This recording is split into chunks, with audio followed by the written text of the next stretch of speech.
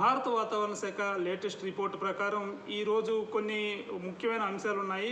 మెయిన్గా మొన్న వచ్చిన వాయుగుండం ప్రజెంట్గా అల్పపీడనంగా మారింది. కానీ అది ఇప్పటికీ కూడా ఉత్తర తెలంగాణ, దక్షిణ మధ్యప్రదేశ్ ప్రాంతంలో స్థిరంగా ఉంది. దానివల్ల అక్కడ బలంగా మేఘాలు ఉన్నాయి.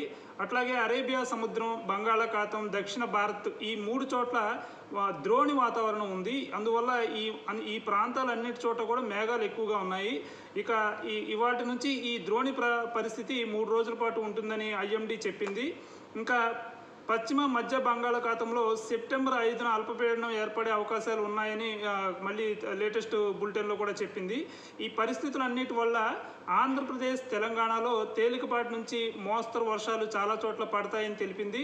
సెప్టెంబర్ 4 నుంచి 7 వరకు కోస్తాంధ్ర, యానాంలో అక్కడక్కడ భారీ వర్షాలు కురుస్తాయని చెప్పింది. అలాగే తెలంగాణలో సెప్టెంబర్ 4న భారీ వర్షాలు పడతాయని చెప్పింది. అందువల్ల ఈరోజు తెలంగాణలో ఉన్న ప్రజలు కొంచెం ఈ వర్షాల పట్ల జాగ్రత్తగా ఉండాలి. శాటిలైట్ అంచనాలు కూడా అదే చెప్తున్నాయి. ఉత్తర తెలంగాణలో ఇవాళ కొంచెం భారీ వర్షాలు పడే అవకాశాలు కనిపిస్తున్నాయి. అట్లాగే కోస్తాంధ్ర, ఉత్తరాంధ్రలో కూడా ఒక మోస్తరుగా వర్షాలు కురుస్తాయి. కొన్ని చోట్ల మాత్రం ఈ రోజు కూడా భారీ వర్షాలు కురిసే అవకాశం కనిపిస్తోంది.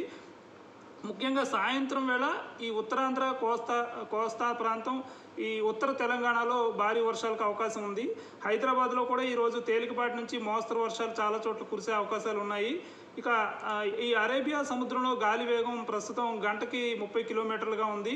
ఈరోజు ఏపీలో గంటకు 15 నుంచి 25 కిలోమీటర్లు ఉంటుంది. తెలంగాణలో గంటకు 12 నుంచి 17 కిలోమీటర్ల వేగంతో గాలులు వీస్తాయి.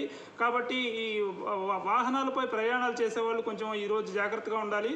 అట్లాగే ఎక్కడికక్కడ ఈ బురద నేల, ఈ రోడ్లన్నీ కూడా తెగిపోయి పాడై ఉన్నాయి. కాబట్టి కొంచెం నెమ్మదిగా వెళ్ళడం మంచిది. ఈ ఉష్ణోగ్రతను చూస్తే ఇవాళ తెలంగాణలో ఉష్ణోగ్రత బాగా తగ్గింది. ఈ మ్యాక్సిమం 26 డిగ్రీల సెల్సియస్ ఉంటుంది. అట్లాగే ఏపీలో మ్యాక్సిమం 30 డిగ్రీల సెల్సియస్ మాత్రమే ఉండే అవకాశాలు ఉన్నాయి.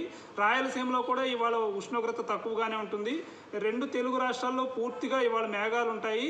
కానీ రాయలసీమలో అయితే వర్షం పడే అవకాశాలు ఏమీ ఉన్నట్లు కనిపించట్లేదు మెయిన్గా.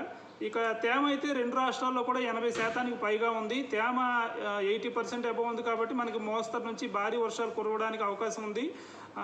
సాయంత్రం వేళలో తేమ తెలంగాణలో 90% దాటుతుంది. ఏపీలో 85% దాకా ఉంటుంది. కాబట్టి ఈరోజు ప్రధానంగా ఉత్తర తెలంగాణలో ఉన్న ప్రజలు కొంచెం అప్రమత్తంగా ఉండాలి. ఇది లేటెస్ట్ అప్డేట్.